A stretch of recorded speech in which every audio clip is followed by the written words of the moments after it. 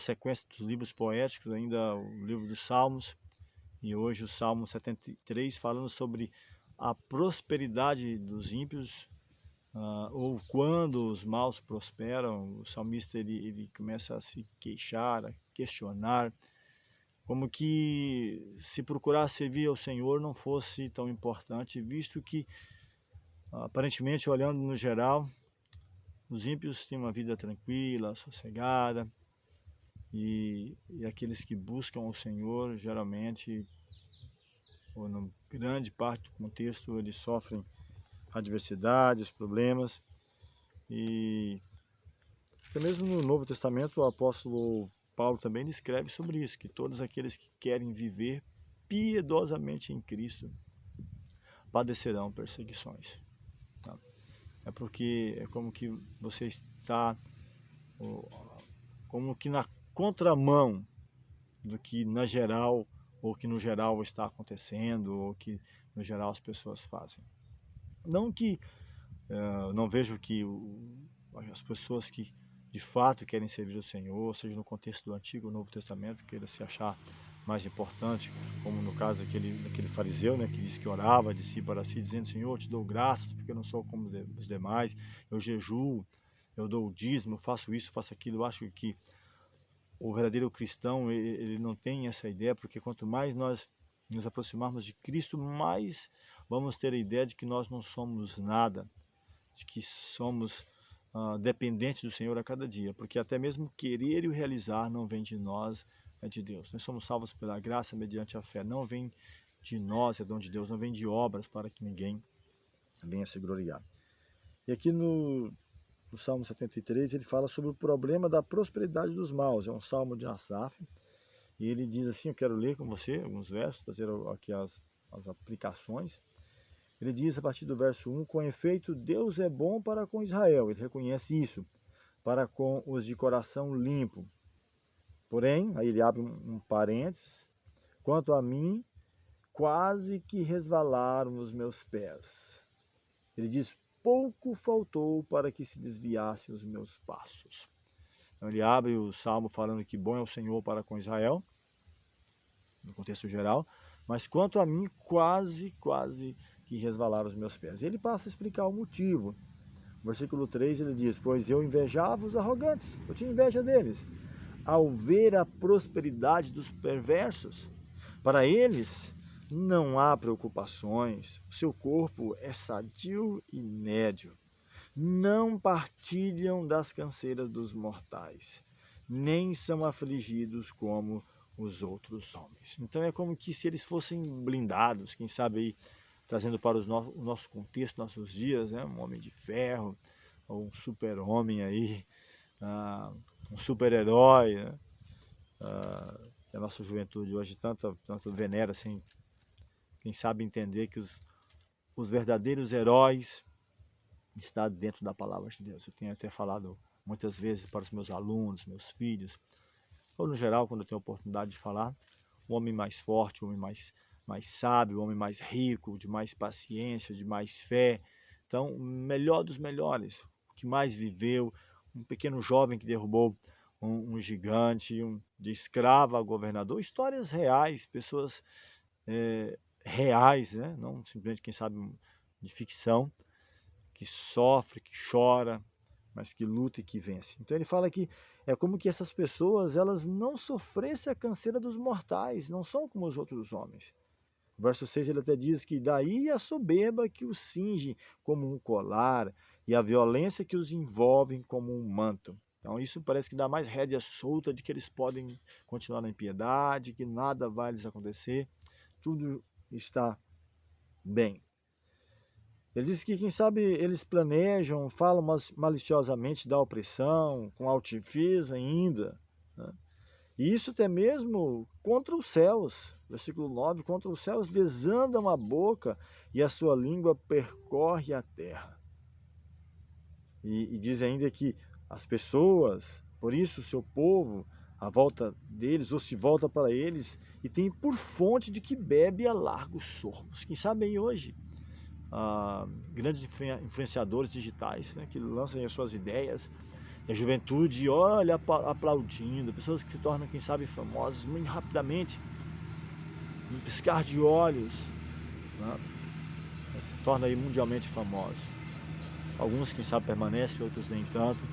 E, no geral, as pessoas vão copiando, porque é interessante, porque está na moda, porque todos estão ali clicando, dando likes. E aqui ele diz que as pessoas bebem das suas ideias, das suas crenças. Isso já nos dias dele, né? Nossos dias também não são diferentes. E quem sabe com uma, uma facilidade para divulgação muito maior. E ele aqui então começa como, quem sabe, algumas perguntas a partir do versículo 11. Até o verso 10 ele vem narrando, né, a vida dessas pessoas e tudo mais. A partir do verso 11 ele diz o seguinte, diz, como sabe Deus? Acaso há conhecimento no Altíssimo? É como que ele se questionasse, né? Eis que os estes ímpios e sempre tranquilos, aumentam suas riquezas cada vez mais. Com efeito, aí ele começa a questionar para ele, com efeito, inutilmente conservei puro o coração e lavei as mãos na inocência, pois de contínuo sou afligido e cada manhã castigado. Ele fala, olha, o que me adianta eu procurar ser justo, viver na integridade, sendo que eu sou afligido, passo por problemas, por adversidades, enquanto as pessoas que claramente demonstram que não temem a Deus, que falam, desandam sua boca contra o céu e tem aí milhares e milhares de seguidores e continuam na prosperidade. Então ele começa a questionar. E o verso 16, 15 ainda, ó. Se eu pensar em falar tais palavras, já aí teria traído a geração de teus filhos. Em só refletir para compreender isso, achei muito pesada tarefa para mim. Só em pensar nisso. Aí algo faz a diferença para ele. Verso 17. Até que entrei no santuário de Deus e atinei com o fim deles. Eu fui no santuário, passei a adorar a Deus, buscar o Senhor, quem sabe meditar na palavra do Senhor, e eu então passei a compreender qual vai ser o fim dessas pessoas. E aí ele diz, verso 18, tu certamente os pões em lugares escorregadios e os fazes cair na destruição, como ficam de súbito assolados, totalmente aniquilados de terror. Como ao sonho, quando se acorda, assim ao Senhor ao despertares. E ele diz ainda, verso 22, eu estava embrutecido e ignorante, era como um irracional a tua presença.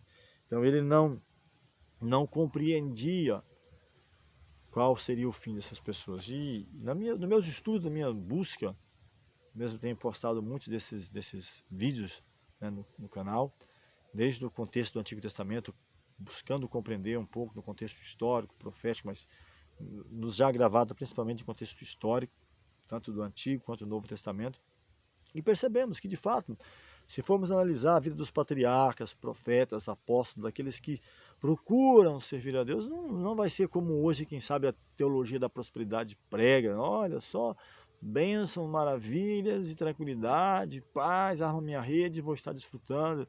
Não, realmente nós vemos que as pessoas que mais buscam servir a Deus, quem sabe as que mais passam por adversidades, por problemas e dificuldades neste mundo. Então ele percebe que a diferença não está agora ao viver, mas depois, quem sabe, ao terminar a vida. Para aqueles que buscam o Senhor, há uma esperança de uma eternidade, de uma vida futura, uma renovação de novo céu e nova terra. Enquanto para esses, quem sabe, os seus prazeres só serão aqui. Paulo até chega a dizer, se a nossa esperança se limita apenas a este mundo, comamos e bebamos, porque amanhã morreremos. Quer dizer também que, por servir ao Senhor, vamos ter simplesmente adversidades? Não. Cristo diz que não há aquele que tenha deixado, quem sabe, pai, mãe, irmãos, bens deste mundo, que não receba, quem sabe, 100 vezes mais nessa vida e no porvir, a vida eterna. Não está falando simplesmente de bens materiais, mas de paz, mesmo em meio às tempestades, mesmo em meio às adversidades. Nossas reflexões aqui, principalmente no livro dos Salmos, temos visto muito isso. O salmista, mesmo em meio às adversidades, os problemas, ele está buscando refúgio no Senhor. Que assim seja em sua vida e que assim seja em minha vida e em nossas vidas. Vamos falar com o Senhor mais uma vez.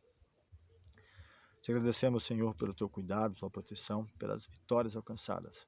Dá-nos a unção do teu Santo Espírito e nos torne a cada dia muito mais que vencedores. Não simplesmente olhando para as coisas deste mundo, quem sabe até invejando, como o salmista menciona, de situações em que parece que te servir não vai haver recompensa, enquanto as pessoas que não temem o Senhor está aí a prosperar em tantas coisas deste mundo.